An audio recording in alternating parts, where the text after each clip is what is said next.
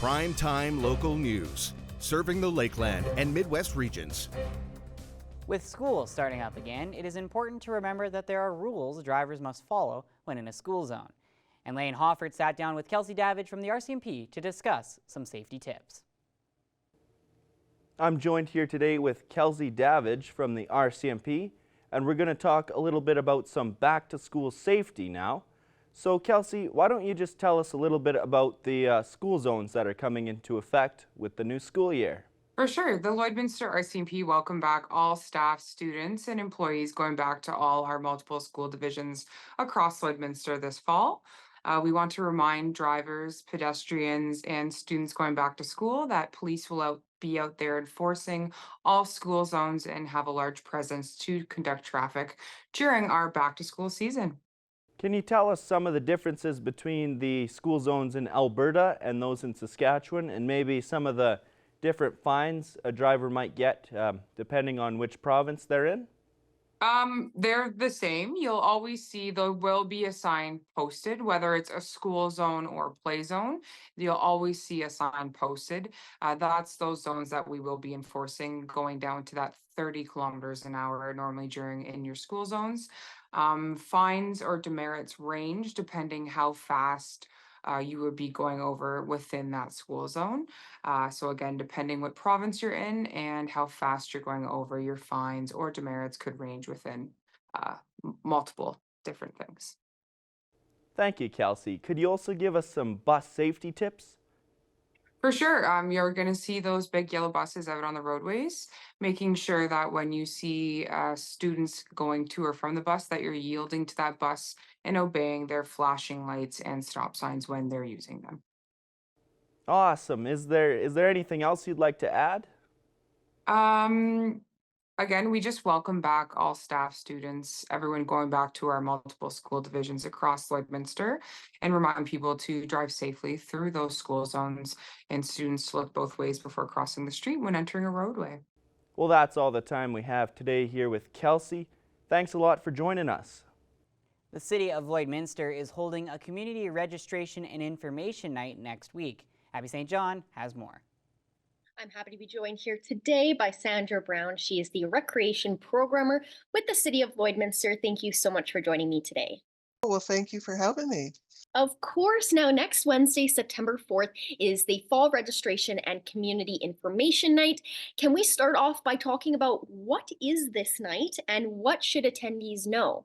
For those new in the community or families looking for activities or groups to get their children involved with, or perhaps your seniors or adults who are looking for sports teams or even volunteering opportunities, the Fall Community Registration Night is on Wednesday, September 4th from 4 till 8. And how it works is we'll have different groups, clubs, organizations set up in a field house, and it's free of charge for the public. So you just come down, walk from booth to booth, gather information, and just find out what the community of Lloydminster has to offer. This is a great way for parents and kids to get more information on the different programs that they want to sign up for, which leads into my next question. What is the importance of having this night along with that fall guide that was released? The Fall Community Guide is based on the City of Lloydminster programs. The registration night is open to all groups and in the local community. So it's not just sports teams. I often get asked, well, it's just about sports. It's just about soccer and judo, martial arts, whatnot. But it's more than that. There's social services support groups. There's youth groups at the different churches. Girl Guides of Canada will be there. There'll be Play School represented. One of our pet shelters will be here. And it's just a great way to kick off the school year with school starting next Tuesday, and our event will be Wednesday night. And so families can just gather information, find out what is available, and then, check their busy schedules. And then you can register at the event itself, or you can take all the information home and then just contact the groups that you're interested in registering. This night sounds amazing. I used to love going to these community nights as a kid, and it's a great opportunity to find new interests or ask questions that may not be in the description online. Now, for the night itself, what are the specifics that people should know and where should they go? Well, the community registration information night takes place in Mike's Field House at the Service Sports Center. So just come on down. There's plenty of free parking on site, and the event is free for the public. So you just come into the field house, and the City of Lloydminster programmers will be on site as well, showcasing some of their programs that they'll be offering for fall. And then you just basically walk around. Most the booths will have handouts, pamphlets, information, and what makes it so special and so much fun is there's such a personal touch to this event, and you can meet the very people that might be teaching your children or are the youth leaders, and it just adds that personal touch. Wonderful customer service in being able to answer your questions right then and there. And we often hand out our business cards so that if you think of something once you get home and you think, oh, I should have asked about this, then you've got that contact information. And also from this event, I often get suggestions for, hey, why don't you offer this at the Service Sports Center? And so we welcome the feedback from the public in regards to the programs or what events they'd like to see. And it gives us an opportunity to network with the community and with each other, with all the other groups for potential partnerships. Well, it sounds like this is going to be a great evening for all that attend. Thank you so much for joining me, and I wish you the best of luck for the community night on Wednesday. Thank you very much. And if there's still time to register, we still have space. So if for more information or to register, just go to lloydminster.ca/community registration. And we'll have more primetime local news after the break.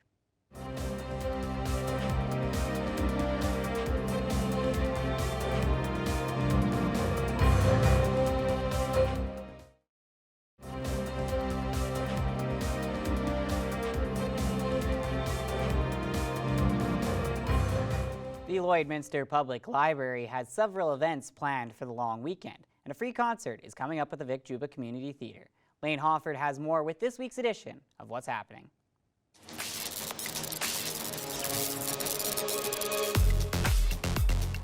If you and your family love story time, as usual, the Lloydminster Public Library will be having their family story time from 10:30 to 11 tomorrow.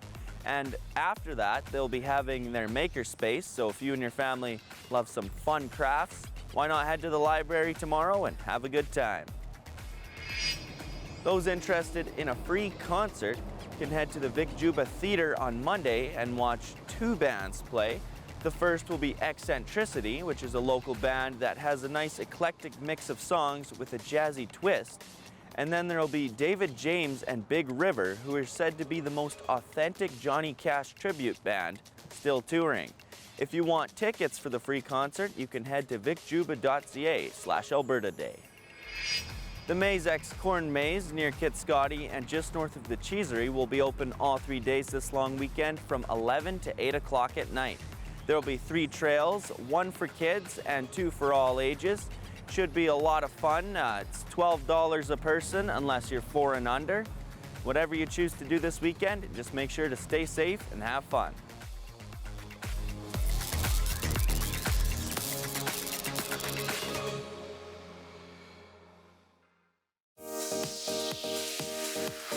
What's Happening is brought to you by Northern Factory Workwear, Circle Drive East, Saskatoon, and Highway 17 South, Lloydminster.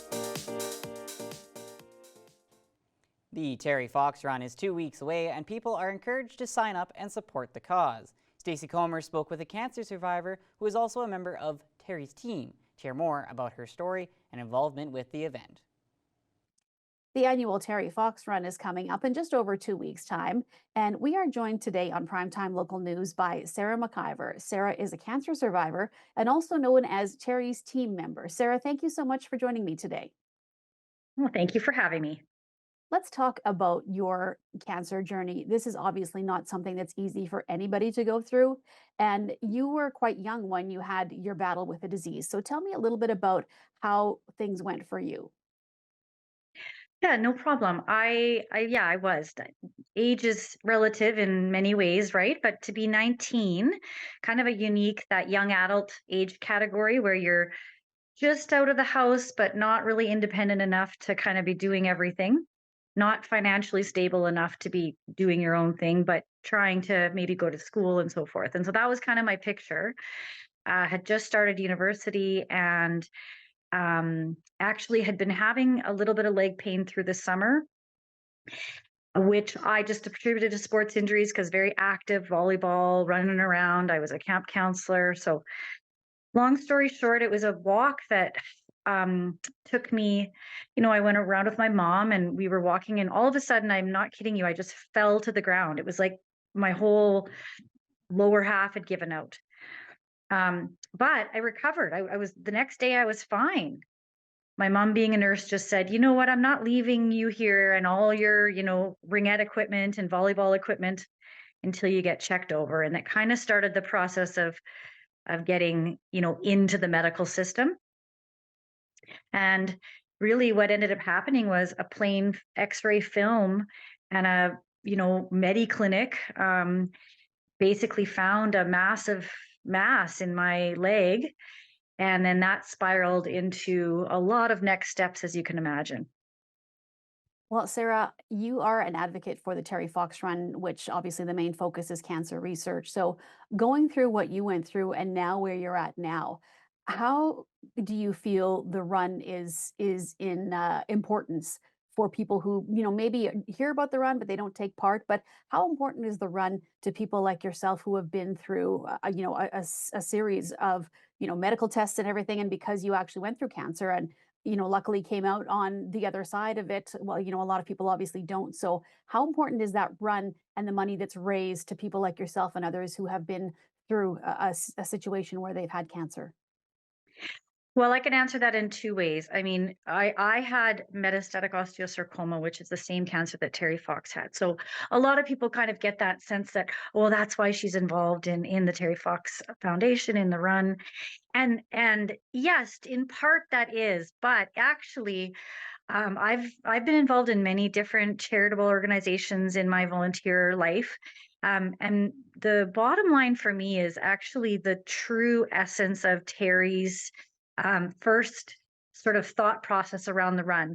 What I like the most, and what I think that people are sort of drawn to, it is very grassroots. The foundation is stuck so closely to Terry's original dream, whereby, that whole corporate donation piece and stuff is not something that he set out to do. He truly set out to try honestly to make a dent, a difference in what would be cancer research. I mean, I want to believe that he kind of had a bigger altruistic sense of what that could look like down the road. But he was 18, 19, 21 years old. Like, it's incredible to me to think that that's what his mind was doing amongst, the devastation of what this cancer was doing to him. So I think that not just on a personal level, but when you just strip it down to like the dollar figure, the dollar from every Canadian, the heart and soul that went into his run and why he did it, and you take all of the, hoopla away from it, he really just didn't want to see another person suffer at the same level that he was seeing when he was in those hospitals. And all he wanted to do was make a difference. So there's just something so unifying and beautiful and like long term about that. You are also Terry's team member, one of Terry's team members. So tell me what that means for those who are not aware or who maybe are not involved in the run. What does that mean? Well, it means a cancer fighter, it means a cancer warrior, a cancer survivor. There's so many different ways to describe a cancer patient. However you kind of identify, but somewhere in there you've had that journey, that experience. I mean, really, it's a representation, right? If you Again, think back to some of the footage of Terry Fox, and he met this young boy who also had an amputation and the same cancer as him. But his reaction to that wouldn't have been any different if it was somebody with breast cancer or somebody with colon cancer. So a Terry's team member is just anyone who's had any type of cancer experience who would like to wear a red shirt, to feel honored, to have us honor you, to be a part of a community. Day of the run specifically, shine a little brighter, be that light for other people. And so I look at it as something of major value, because what it is a symbol of hope, right? It's a symbol of why people gather. It's a symbol of community. But also we want to honor people who choose to wear red shirts with like a significant amount of pride. Well, Sarah, it has been a pleasure speaking with you today, and I know you've been through quite a lot, obviously, like you said, from a young age, but thank you for speaking out about the importance of the run and for continue to be involved and like I said, as a Terry's team member and just to be an advocate for the Terry Fox Foundation. So I know that you'll be out there coming up the 15th of September with the people that are all across Canada in this run, which is such a great cause, and I really appreciate you speaking with us today. Well, I thank you so much for your time and energy in putting some awareness out there about the Terry Fox Run and Terry's team members. Thank you. That's all for news. Sports is next, but first, here's a look at your closing market.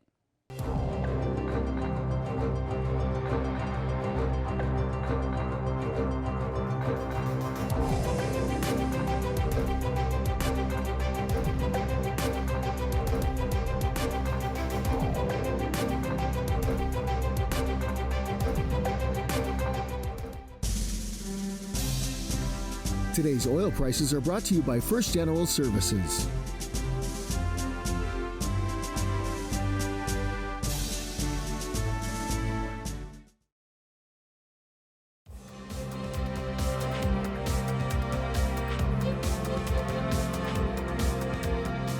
The Lakeland Rustlers women's hockey team is getting ready for their regular season starting this October.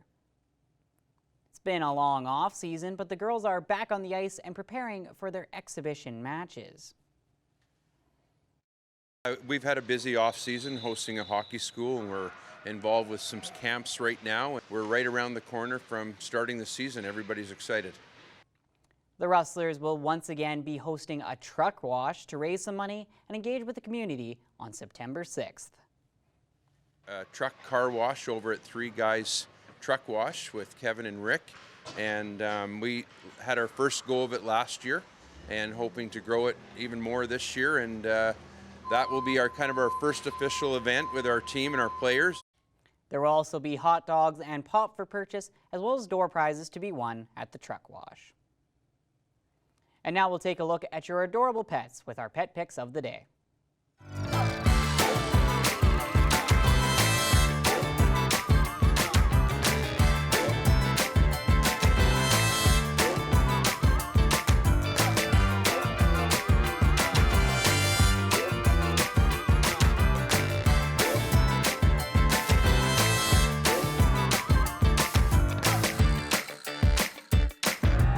We want to see your pets. Send photos of your pet and their name to have them featured on Pet of the Day.